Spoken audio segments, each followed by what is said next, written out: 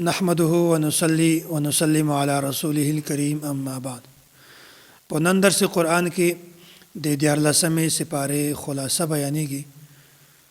دغه سپارې په شروع کې د حضرت یوسف علیه السلام داستان دغه قصه دا بیان شوې ده. د حضرت یوسف علیه السلام د قصې دوه حصې، یو حصہ 12مې سپارې په اخر کې بیان و او بل حصہ چې کومه ده هغه د 14مې سپارې په شروع کې بیان شوې ده. د 12مې سپارې په اخر کې دا خبره وه چې حضرت یوسف علیه السلام صفایي بیان شوله، هغه وړوکی ماشوم د هغه ګواهي ورکړله، هغه کومو ښځو چې خپلې ګوتې کټ کړې وې هغو هم د حضرت یوسف علیه السلام د پاک دامني ثبوت ګواهي ورکړله. زلیخا هم دا وه چې د ما غلطي وه، د حضرت یوسف علیه السلام هېڅ غلطي نه وه. بیا بادشاه خوب لیدلی و، یوسف علیه السلام د یو خوب جواب ورکړي. بیا بادشاه دوباره حضرت یوسف علیه السلام د جیل نه راوغوښتی. دا خبره اوس دلته بیانېږي. حضرت یوسف علیه السلام چې کله راغی بیا د بادشاه خوب هم ورته بیان کو او د هغه تعبیر یې دوباره ورته بیان کو. بادشاه ورته وویل دا انتظام به اوس څوک کوي؟ یوسف علیه السلام ورته وویل چې اجعلني علی خزائن الارض، دغه ټول انتظام دا ماته حواله کا، د دغه علم الله تعالی ماته راکړی ده او دا انتظام به زه ډېر په ښه طریقه باندې چلوم. بیا څه وخت نه بعد بادشاه ټول د خزانې چې کوم معاملات د حضرت یوسف علیه السلام ته حواله کړل. بیا دغه بادشاه د حضرت یوسف علیه السلام په لاس باندې ایمان راوړ او هغه بادشاه چې کوم هغه مسلمان شو. په دې کې دا یوه خبره تاسې په ذهن کې کېنوئ چې حضرت یوسف علیه السلام د یوې عهدې مطالبه کړې ده خپله. دغې بنیادي وجه دا ده چې حضرت یوسف علیه السلام دا ویل که چېرته دا عهده د یوه نااهل سړي په سپرد شوله، که دا عهده یو داسې کس ته ورغله چې هغه نااهل و، نالایق و، بیا به دا هر شی ضایع کړي. دغې وجې نه حضرت یوسف علیه السلام د دغې عهدې مطالبه وکړه چې الله تعالی ماته د دغې علم راکړی ده او دا عهده ماته راکړې ده او زه په صحیح طریقه باندې چلوم. بیا هغه نه بعد پیغمبر ته چې الله تعالی کومه عهده ورکړې ده د پیغمبرۍ والا، په هغه نه بعد نه د یوې عهدې خواهش وي او نه یې ضرورت وي. یوسف علیه السلام ته د عهدې خواهش نه و، نه یې ضرورت و، خو صرف د دغې مجبورۍ د وجې نه دغه مطالبه وکړه چې داسې نه وي چې دغه یو داسې کس ته هغه عهده ورکړي چې هغه بلکل نااهل وي. بیا الله تعالی دا خبره بیان کړې ده، وایي کله چې د حضرت یوسف علیه السلام وروڼه دغه حضرت یوسف علیه السلام ته راغلل، بیا هلته دا ترتیب یې جوړ کړی و چې د دغې غلې نه دا کومه خزانه ده د قحصالۍ وخت ته، په هغه وخت کې به هر یو انسان ته خپله یوه حصه ورکېږي د غلې نه. بیا په دغه وخت کې د حضرت یوسف علیه السلام وروڼه دا هم راغلل او دوی ته یې خپله غله ورکړله. حضرت یوسف علیه السلام د دوی نه دا سوال وکړو چې تاسې بل ورور شته؟ دوی ورته چې بلکل ورور شته، وړوکی ورور هم د بنیامین. او بیا حضرت یوسف علیه السلام ورته وویل وایي آینده چې کله تاسې راځئ د تاسې سره به خپل ورور دا خامخا راولئ، که چیرې تاسې سره ورور نشي را بیا به تاسې ته موږ حصه نه درکوو. بیا یوسف علیه السلام دوی ته خپله غله ورکړله او دوی چې کومې ځان سره پیسې راوړې وې هغه یې هم پټې د دوی په سامان کې کېښودلې چې دوی ته علم نه وي. بیا چې کله د دوی قافله واپس شوله او ځای ته ورسېده هغه دوی خپل سامان کولاو کو، په هغه کې دوی پیسې هم او غله هم پوره ورته میلاو شوې وه. دوی بیا دا پلار ته وویل چې دا خو ډېر نیک بادشاه ده، موږ ته یې پیسې هم واپس راکړلې او غله یې هم راکړله. خو دوی پلار ته دا مطالبه وکړله چې د بادشاه دا ویلي دی چې بل ورته چې تاسې کله راځئ بیا به خپل ځان سره خپل وړوکی ورور دا هم راولئ. بهرحال دوی ډېره زیاته عاجزي ورته وکړه یعقوب علیه السلام ته. یعقوب علیه السلام ته مخکې هم یوه جټکه ورسېدلې وه د حضرت یوسف علیه السلام باره کې. ده ورته وویل چې در سره لګم یې، خو په یوه شرط باندې چې تاسې د ما سره پوخ عهد وکړئ چې مونږ بیا حضرت دا بنیامین چې کومه ده مونږ بیا دوباره ځان سره واپس راوړو. دوی عهد ورسره وکړو چې مونږ به دا د ځان سره واپس راوړو، دته به هېڅ تکلیف نه وي. بیا دوی حضرت دا بنیامین چې کوم دغه د ځان سره یوړ. یعقوب علیه السلام د یو تدبیر ورته وکړو، دغه نصیحت ورته وکړو چې کله هم تاسې مصر ته داخلیږئ بیا تاسې په یوه ځای باندې په یوه دروازه باندې مه ننوځئ، بلکې په ځان ته دروازه باندې ننوځئ. د دغې بنیادي حکمت دا و چې یعقوب علیه السلام زمن چې کوم هغه د قد نه ډېر چږ و او ډېر حسین و ښکلي و، د دې وجې نه ورته وویل داسې نه وي چې چا نظر در باندې ولګي، باقي نفع رسول نقصان رسول دا خو د الله تعالی کار ده، خو بهرحال تدبیر اختیارول احتیاط کول دا خامخا ضروري دي. بیا دی د حضرت یعقوب علیه السلام په خبره باندې عمل وکړي او دی بیا حضرت یوسف علیه السلام خواته بیا دوباره ورغلل او دی چې کله حضرت یوسف علیه السلام خواته ورغلل بیا هغه وخت کې د دوی سره د دوی کم ورور بنیامین دا هم و. یوسف علیه السلام هغه ته خاص مقام خاص ځای ورکوي او ورته وویل چې دوی کومې خبرې کوي په هغه باندې پریشانه کېږه ما، او د ورته چې زه د تا ورور یوسف علیه السلام یم. بیا داسې وشول چې دوی ته کله خپله غله ورکوله بیا یوسف علیه السلام د خپل ورور د پاته کولو دپاره یو تدبیر اختیار کړ. تدبیر دا و چې هغه غله چې هغه باندې هغه خلکو ته ورکوله، هغې د ناب کولو د وزن کولو پیمانه چې کومه وه لوښی، هغه لوښی د حضرت یوسف علیه السلام په حکم سره دوی د حکومت والو خلکو د بنیامین په سامان کې کېښوده او بیا چې کله دوی روانېدل بیا په دغه کې د حکومت یو کس اعلان وکړو چې موږ د وزن والا پیمانه ورکه شوې ده، تاسې غله یې. دوی ورته چې موږ غله نه یو، موږ غلا نه ده کړې. بهرحال بیا ورته وویل چې که چېرته په چا پورې غلا ونیول شوې د کومه سزا وي، دوی ورته وویل دغه سزا وي چې هغه کس به دلته د بادشاه سره پاتې کېږي او یک شریعت کې و دغه طریقه چې کوم یو کس پورې به غلا ونیول شو هغه به د بادشاه سره پاتې کېده.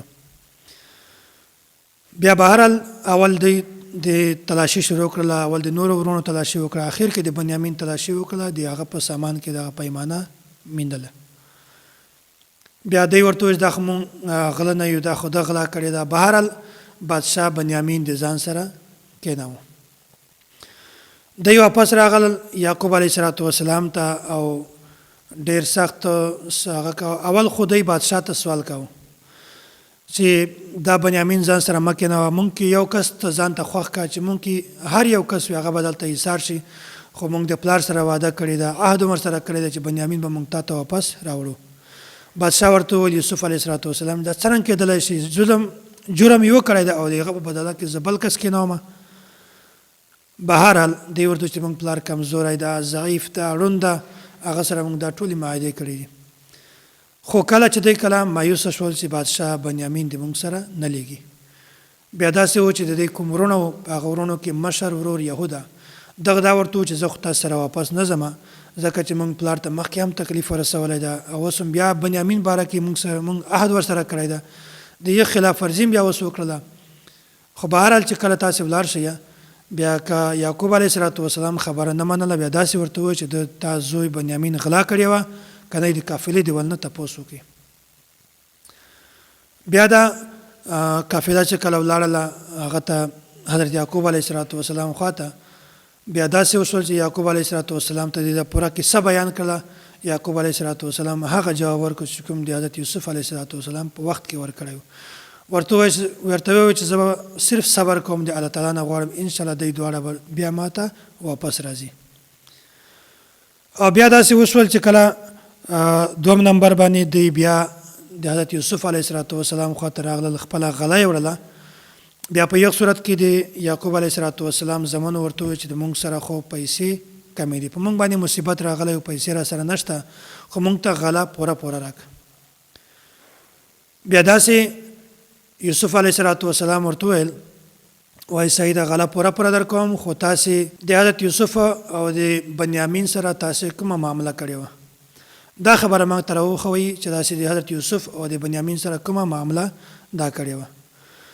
بیا دوی حیران شول چې بادشاه ته څرنګه د خبرې علم ده د یوسف علیه السلام د واقع. بهرحال دوی ورته وویل چې ته یوسف یې؟ دوی ورته چې زه بالکل یوسف یم او دا د ما سره چې کوم ناسته د ما ورور ده بنیامین. بیا یوسف علیه السلام ورته وویل دوی په هغه ځای کې معذرت ځینې وغوښته، معافي وغوښتله. یوسف علیه السلام ورته وویل لا تثریب علیکم اليوم، په تاسې باندې نن هېڅ ملامت نشته، تاسې ما معاف کړي. بیا داسې په دغه وخت کې دا ټول داستان دا واقعه دا ورته بیان کړله او په دې ځای کې یوسف علیه السلام دی چې کله واپس تلل بیا یوسف علیه السلام خپل قمیص ورکړ او ورته وویل چې دا به قمیص تر سره یوسئ او د تاسې پلار چې کومه ده په هغه باندې هغه په سترګو به یې واچوئ د هغه سترګې به د هغه بینایي به واپس راشي. دا د یوسف علیه السلام یوه معجزه وه. دوی چې کله د دغه ځای نه قافله ووتله بیا په هغه ځای کې چې یعقوب علیه السلام سره کوم کسان ناست بیا دوی وویل چې نن ماته د یوسف علیه السلام خوشبو محسوسېږي. بهرحال چې دوی کله راغلل هغه کمیس یې د یعقوب علیه السلام په سترګو باندې واچوه هغه بینایي واپس راغله او ورته وویل چې دغه د مونږ ورور یوسف علیه السلام په مصر کې بادشاهي منصب دی ورکړی ده بادشاه ده او دا غله مونږ ته یې غره کوله هغه دا راته ویلي دي چې تاسې بل ورته راځئ بیا به خپل مور پلار او اهل او عیال دا څومره خاندان ول چې دا به ټول د ځان سره راولئ. بیا داسې وشول چې هغه ټول خاندان دی د ځان سره بوتو او مصر ته ورسېدل. بیا په مصر نه مخکې یوسف علیه السلام دی ته راووتو د خپل مور پلار د ورونو استقبال یې وکړو او دی بیا ټولو سجدې ورته ولګولې. په دې ځای کې یوسف علیه السلام ورته وویل چې دا د ما هغه خوب و چې ما لیدلی و چې ما ته به 11 ستوري یوه لمر سترګه او یوه شپږمژۍ دغه ما ته سجدې لګوي د خوب تعبیر نن دغه ده. نو بیا یوسف علیه السلام دی په خپل منصب باندې کېنول او بیا داسې دغه ځای کې دا کومه سجده وه دا خو یاتې شکر والا سجده وه چې دی په د الله تعالی شکریا ادا کوله چې یا الله یوسف علیه السلام 40 کاله د مونږ نه ورکړو دا منځ کې 40 کاله وتلی وو او نن میلاو شو مونږ د شکریا والا سجده لګو او یا دا سجده د تعظیم وه د تعظیم والا سجده په یغه وخت کې جایزه وه خو نن سبا په دور کې د مونږ په امت کې د تعظیم والا سجده قطعا جایزه نه ده. بیا دی دا سجده ورته ولګوله یوسف علیه السلام ته او داسې په دې وخت کې بیا دی ټول مصر ته ولاړل. بیا په اخر کې د نبوت یو دلیل ده. نبی علیه السلام د نبوت یو دلیل بیانېږي وایي په شروع کې هم دا خبره ما درته بیان کړې ده چې یهودیانو د نبی علیه السلام نه دغه سوال کوو چې د کنعان نه د یعقوب علیه السلام اولاد بنو اسرائیل دا څرنګه مصر ته ولاړل هلته څرنګه آباد شول. نو دی دغه سوال چې کله هلته ځینې وکړو بیا په یغ وخت کې الله تعالی دا پوره صورت را نازل کړو د حضرت یوسف علیه السلام او دا معجزه ده چې نبی علیه السلام نه د چا نه څه ویلي دي او نه یې کتلي دي نه یې اورېدلي دي د هغې باوجود نبی علیه السلام هغه واقعه لفظ بلفظ دی ته بیان کړله. مخکې بل صورت ته صورت رعد په دغه صورت کې الله تعالی ډېرې زیاتې نشانیانې بیان کړي دي. په دې کې یوه نشاني د وریځې برېښنا ده دغه د وجې نه دغه صورت ته هم صورت رعد وایي او د دغه صورت په شروع کې الله تعالی دا بیان کړی دی وایي قرآن کریم هم حق ده او داسې احادیث دغه هم حق دي او دا آیات ته تلک آیات الکتاب والذی انزل الیک من ربک الحق. د الکتاب نه مراد دلته قرآن کریم ده او الذي انزل الیک من ربک د دغه نه مونږ قرآن کریم هم مراد اخیستلی شو او د دې نه مونږ دا مراد اخیستلی شو د دې نه حدیث مراد دی. نو ځکه چې قرآن کریم دغه هم وحی ده خو مطلوع ده د تلاوت کېږي احادیث دا وحی ده غیر مطلوع ده. نو لکه څرنګه چې قرآن کریم دغه حق ده د الله تعالی طرف نه وحی ده داسې احادیث هم حق دي. نو لکه څرنګه چې قرآن کریم دا حجت ته او داسې احادیث هم حجت دي خو قرآن کریم د دغه الفاظ او معانی دا دواړه د الله تعالی د طرفه نه دي خو احادیث د دغه معانی د الله تعالی د طرفه نه دي د دغه الفاظ دا د نبی علیه السلام د طرفه نه دي. دغه دا معلومه شوله لکه څرنګه چې قرآن کریم دا حجت ته او حق دا داسې احادیث هم حجت دي او حق دي. بیا مخکې الله تعالی د خپل قدرت دوه نشانې بیانوي. اوله خدا ده چې الله تعالی اسمانونه پیدا کړي دي بغیر به مټې نه د سهارې ضرورت نشته که مونږ تاسې یو د کوټې چت هم درو د هغه دپاره د سهارې ضرورت شته. بیا الله تعالی لمر سترګه او داسې میاشت دغه قدرت الله تعالی بیان کړی ده چې لمر سترګه او میاشت دا یو منټ نه مخته کېږي او نه شاته کېږي خپله چې کومه دایره د دوی ده په هغه کې د نن خپل کار کوي په خپل ټیم باندې راځي په دانه غوټ ته الله تعالی قدرت څرنګه کېدلی شي. نو دا هم د قدرت دوه نشانې الله تعالی بیان کړي.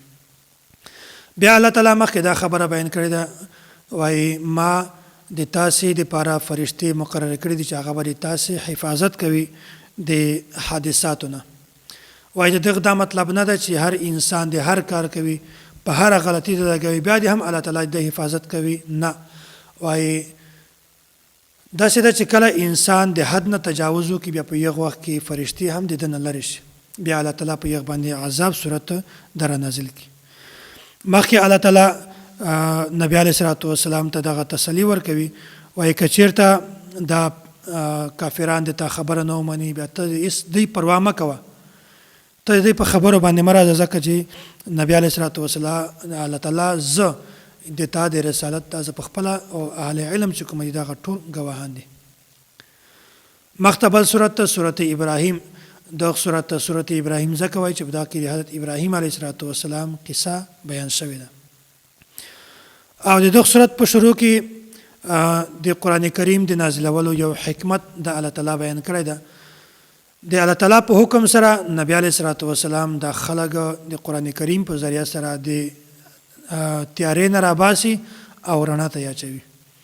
دا د قرآن کریم د نازلولو حکمت ده. یو انسان ګمراوي د قرآن کریم په ذریعه سره نبی علیه الصلاة والسلام او د حدیثو په ذریعه سره نبی علیه الصلاة والسلام هغه راه راست راولي.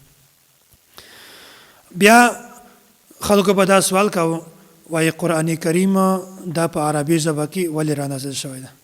وایي که چېرته دا په بله ژبه کې وایي داسې ژبه وایي چې هغه چاته په سمج کې نه ورتله، بیا به د معجزې صفایي او د دغه ظاهري دا به بالکل واضحه وایي، خلکو ته بالکل معلومېدله چې دا چاته په سمج کې نه راځي، ځکه چې دا معجزه ده. الله تعالی بیانوي، وایي کوم قوم چې د کومه ژبه ده هغه قوم ته مونږ پیغمبر د هغه د ژبې ول را لېږلی ده. چې کوم قوم کومه ژبه وایي د هغه قوم ته د هغې د ژبې پیغمبر مونږ را لېږلی ده چې هغې ته خبره بالکل صحیح په سمج کې ورشي. او نبی علیه الصلاة والسلام ته مونږ قرآن کریم په عربي ژبه کې ځکه ورکړی ده چې قریش دا د عربو ژبه وه، عربي ویله، دې د وجې نه مونږ قرآن کریم دا په عربي کې ورکړی ده چې دوی بالکل په خبره باندې صحیح پوه شي. بیا الله تعالی د نعمتو تذکره بیان کړې ده، وایي کوم کس چې په نعمت باندې شکر ادا کړي، الله تعالی د هغه چې کوم نعمتونه دي هغه زیاتوي، یا خو د مقدار په لحاظ سره یا په دې وجه سره چې هغه نعمتونه الله تعالی ضایع کوي نه، بلکې بالکل صحیح موجود وي. او که څوک د نعمتو ناشکري کوي، یا په دنیا کې د هغه نعمتونه یوسي او په آخرت کې انسان ته الله تعالی عذاب ورکوي. بیا الله تعالی دا خبره بیان کړې ده، مثلا کلمة طیبة کشجرة طیبة. دلته کلمه طیبه او کلمه خبیثه دغه مثال الله تعالی بیان کړی ده. کلمه طیبه د دغه نه مراد توحید ده، او د دغه نه مراد ایمان ده، او د کلمه خبیثه دغه نه مراد شرک ده او کفر ده. وایي د کلمه طیبه دغه مثال د یغې ونې غوندې ده چې د یغې ونې په ونه په ځمکه کې بالکل مضبوط وي، او د دې شاخونه بالکل اسمان طرف ته سیخ وي، ښکلي وي، او دغه میوهداره ونه وي. دغه مثال داسې ده لکه خجوره، لکه د خجورې ونه، دغه بالکل سیخه وي، د دغې ولې مضبوطې وي، او د دغه باندې میوه هم وي. او کلمه خبیثه دغه مثال د یغې ونې غوندې ده، د یغ بوټي غوندې ده چې هغه په ځمکه باندې بره لګېدلې وي، د یغې ولې مضبوطې نه وي، د یغې شاخونه پورته نه وي بلکې داسې دېخوا دېخوا لوېدلې وي، او د یغې میوه چې کومه ده هغه هم د خوراک نه وي، هغه د ځناورو د وښانو د خوراک وي، ترخه میوه یې وي. نو دا مثال الله تعالی بیان کړی. دغه تفصیل استاد محترم متکلم اسلام حضرت مولانا محمد الیاس ګومن حفظه الله یغه تفسیر دا دروس القرآن په هغه کې د ټول تفصیل دا بیان شوی ده. بیا حضرت ابراهیم علیه السلام چې کله خپل ښځه حضرت هاجره علیه السلام او خپل بچی حضرت اسماعیل علیه السلام د مکې په صحرا باندې پرېښودل، بیا په هغه وخت کې دا دعا وکړله، رب اجعل هذا البلد آمنا وجنبني وبني ان نعبد الاصنام. یا الله دغه شهر دغه علاقه د امن گهواره جوړه او دغه ما او د ما اولاد چې کوم دي د بوتانو د عبادت نه وساته، او درم نمبر دا و چې یا الله دې ما اولاد ته د میوې وال نعمت ور نصیب کا. نو نن سبا هم مکه داسې شهر ده چې په هغه کې په ټولو نه زیات امن ده. او دوم نمبر باندې الله تعالی د دې بوتانو د عبادت نه هم وساتل او د الله تعالی د دعا داسې قبوله کړله چې هغه میوه چې بې سیزنه وي بې موسمه وي هغه هم بیا په مکه کې خامخا موجوده وي. نو دغه نه دا معلومه شوله چې خپل اولاد لپاره د رزق د برکت وال او د دوی د صحت لپاره او د اسلام والا دعا غوښتل دا هم غوښتلی شي او دا د پیغمبرانو شیوه ده. او داسې هغه خلک چې هغه ته تعلق والوي د هغو دپاره هم دعا غوښتل دا د پیغمبرانو شیوه ده. الله تعالی دې موږ تاسو ته د دین صحیح سمجھ را نصیب کړي. واخر دعوانا ان الحمد لله رب العالمین.